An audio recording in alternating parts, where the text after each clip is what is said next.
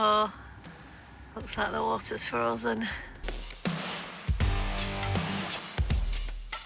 It freezes in winter and you stay up and you can't get water.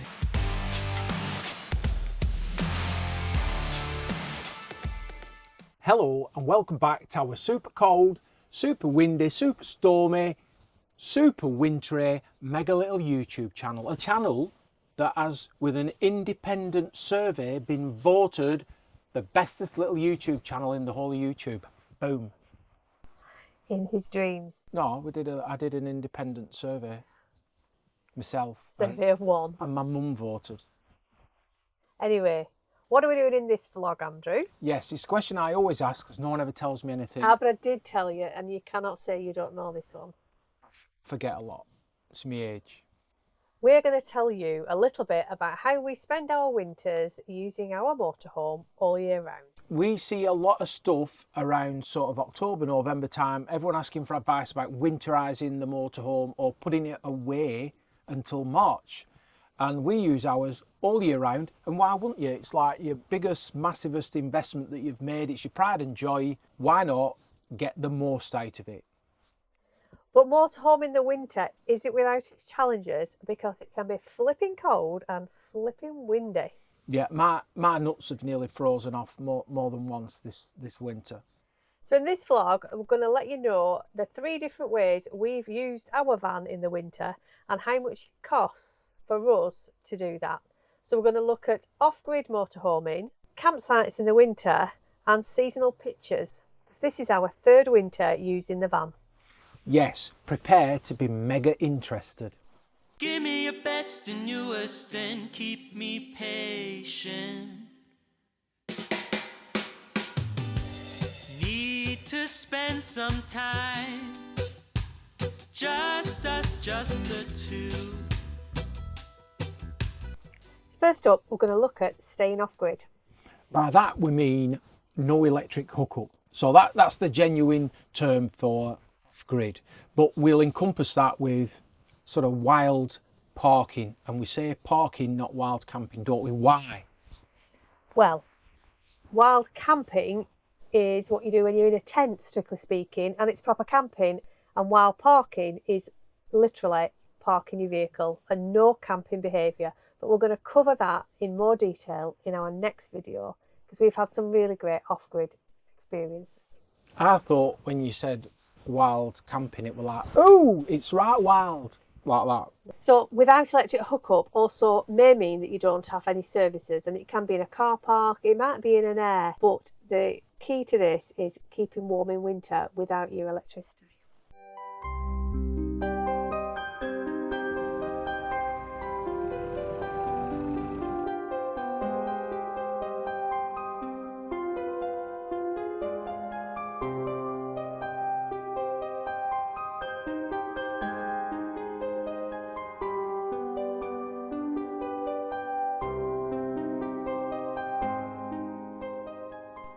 After our first winter in the van, we made a significant upgrade to the electrical systems. The key part of that was a lithium battery. If you want to look back at our archive of vlogs, there's loads of information there about what we did and how we did it. But that battery is a 230 amp hour lithium battery, and it allows us 5 days without electric hookup and our normal use through winter. And we can extend that to about 8 days if we do a little bit of driving in between. And that was our experiment we did last year in the winter when we were testing out the battery system. And all that information's based on positive temperatures before it gets really, really cold. And on top of that, we probably use 2 or 3 litres of LPG a day, running the fridge, doing the cooking and some heating during the day. Because we do not use the heating overnight. When it's positive temperatures, we turn it off and we just have it on frost protection. There's a lot of things turned off overnight. When it gets really cold and it's down to sort of -5, our electricity usage increases because we put the tank heaters on overnight just to keep everything thawed out and make sure we don't freeze up. Talked at length about tank heaters on the van. We have 2, one for fresh water, one for wastewater, but they do put a draw on of about 2.5 amps per hour, so I'm really careful when and how I use them. What I tend to do is dump the grey waste every day so that the grey tank heater doesn't come on, and we're only then keeping the fresh water from freezing. But it is a big draw on the battery. If you've got a different van that doesn't have tank heaters, you might have onboard water tanks, you might have a different system, better insulation, because let's face it, all the vans are different. It might not be an issue for you, but if you're running a van like us, which is an Eldis or a Compass with the tank heaters, that's going to be the draw. And when it gets colder, we do use more gas. So we've worked it out that we use about 5 litres when it's got down to -5 every 24 hours. You personally produce about 5 litres every 24 hours as well. So really, when we've got down to the temperatures of -5, we can only last 3, maybe 4 days without charging.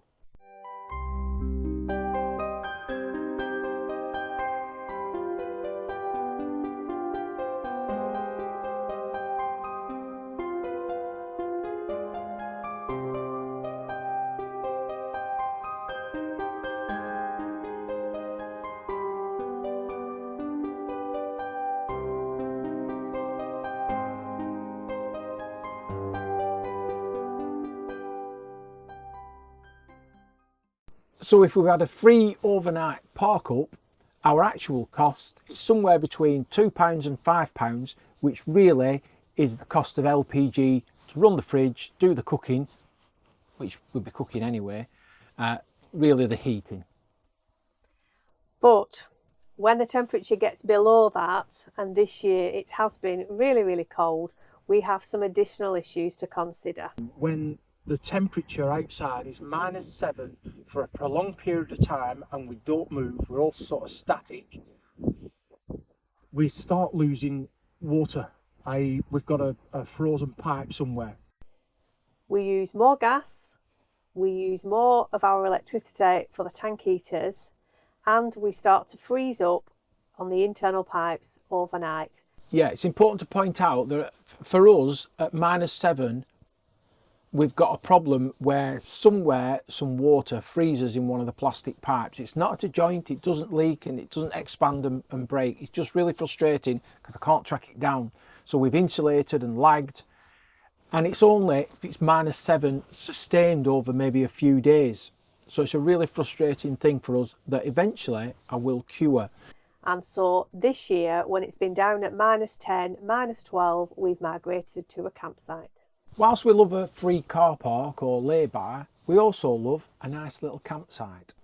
However, finding a campsite in winter isn't always that easy, because we want one that's value for money, but we also want a hard standing, and it isn't that easy. But if you do find one that's open, they're often cheaper than they would be in the summer months, and they're really quiet, which means you don't need to book that far in advance. This year we've literally rung up the day or the night before to get a spot. So it's perfect and it's really quiet.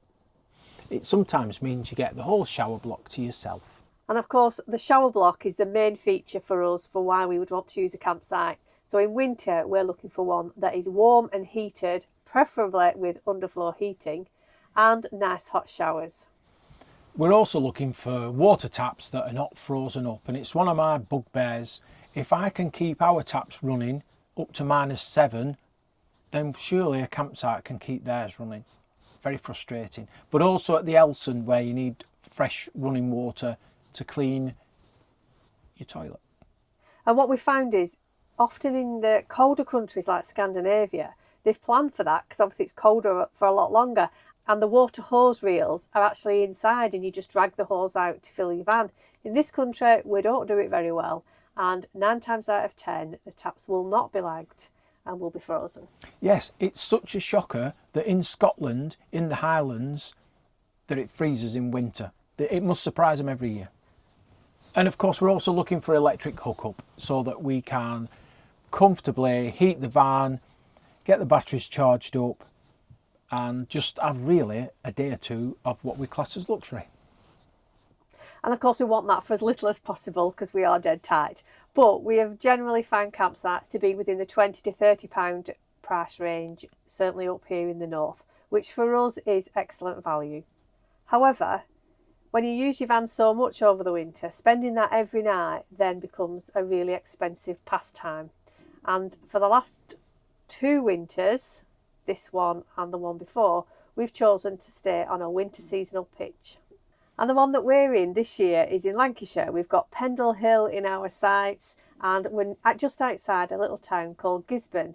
I am here right now, here to see this through. Yes, I am so. Give me your best and newest and keep me patient. There are some things that we can't go changing. I bring you my love without any hesitation. So give me your best and newest and keep me patient. Give me your best and your worst and I'll keep waiting.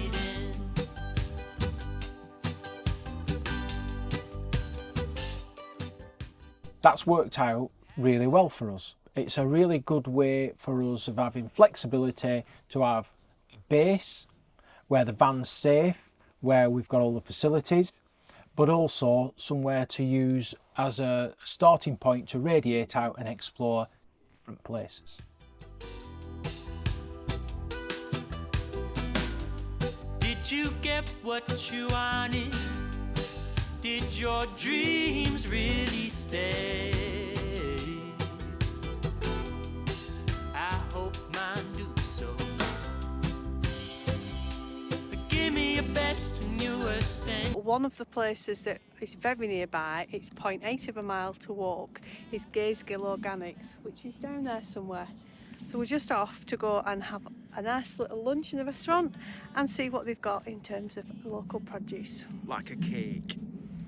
Or a sausage. We like a sausage. and keep me patient. Give me your best and your worst and I'll keep waiting. Oh, that is me in trouble again. It is open. It's not dog friendly. Reminiscing every moment. I wish it was frozen. I'm tired of time floating. You could keep me stuck in this day, caught in your gaze, lost in my haze, and unfreeze me a million from now and still be around you. It's a smashing little site, and the benefit as well is it's a really good location for us to see our respective parents and family. So we're killing more than one bird with one stone. And I'd like to kill someone with a stone. And the other advantage of being on a winter pitch is having some company, and it's really nice just to be able to wave at somebody in the morning rather than just being on our own all year long. Anyway, and they also have a bar. And talking to people, thanks everyone for talking to us and not hiding behind the corner if they see us on site or at a park up. It's really good. And for connecting with us on social media and through our YouTube, because it's really nice to get comments and feel like we're getting to know people. Yeah, and just as well, the people that contact through Insta, there'll be a delayed response because I'm rubbish with Insta and I don't always look at it. So I'm not ignoring you, it's just I'm rubbish with that Insta face, whatever it's called. And it is cost effective. So for us this year, our seasonal pitch has only cost us £7 a night to park the van, which means that if we do want to go off and explore, which we have done and we've taken the van off, we're only paying £7 a night to not use it, if that makes sense. But on top of that, we've got our electricity costs, and we've done a little bit of an experiment this year to work out those costs. Yeah, it seems a bit strange that we're then paying to have the van somewhere and then not use it.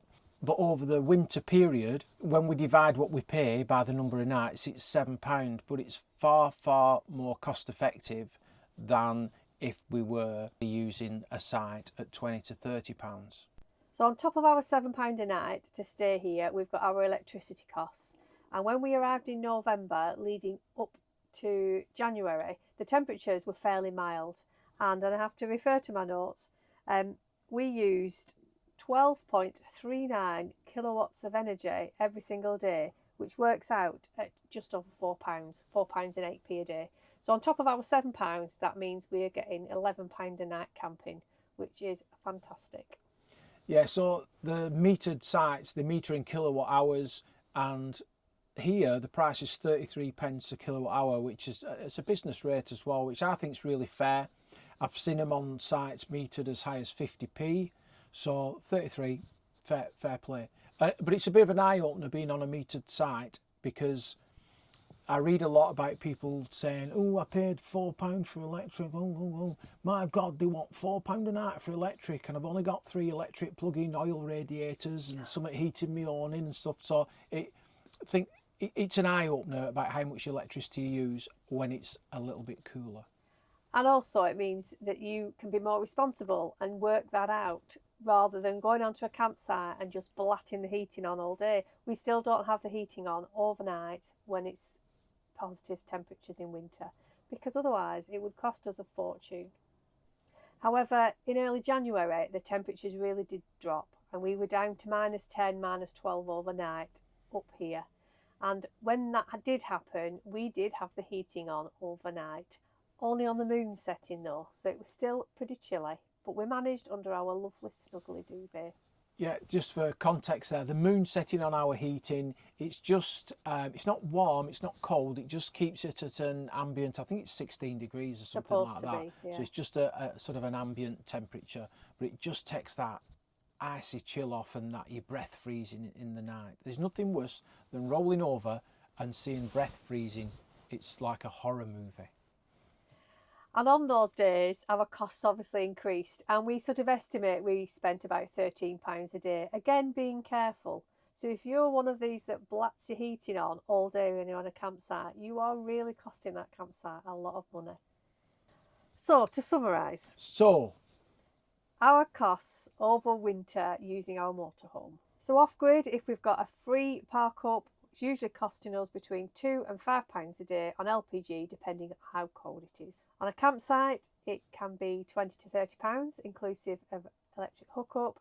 And on our winter pitch, it's costing us between £11 and £20, dependent on how cold it is and how much electricity we use. but we get to be in our van, our little love nest, every day. And what a joy that is, as you can imagine. What price can you put on that?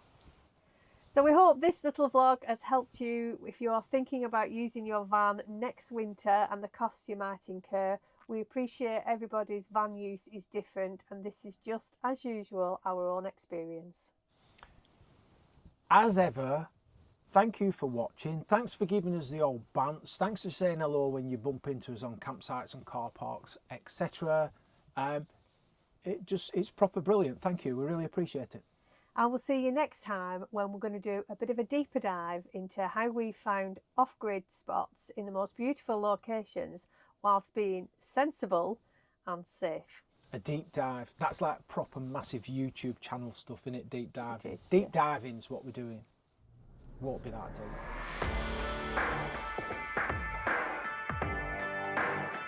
Here you go, bud. Ready?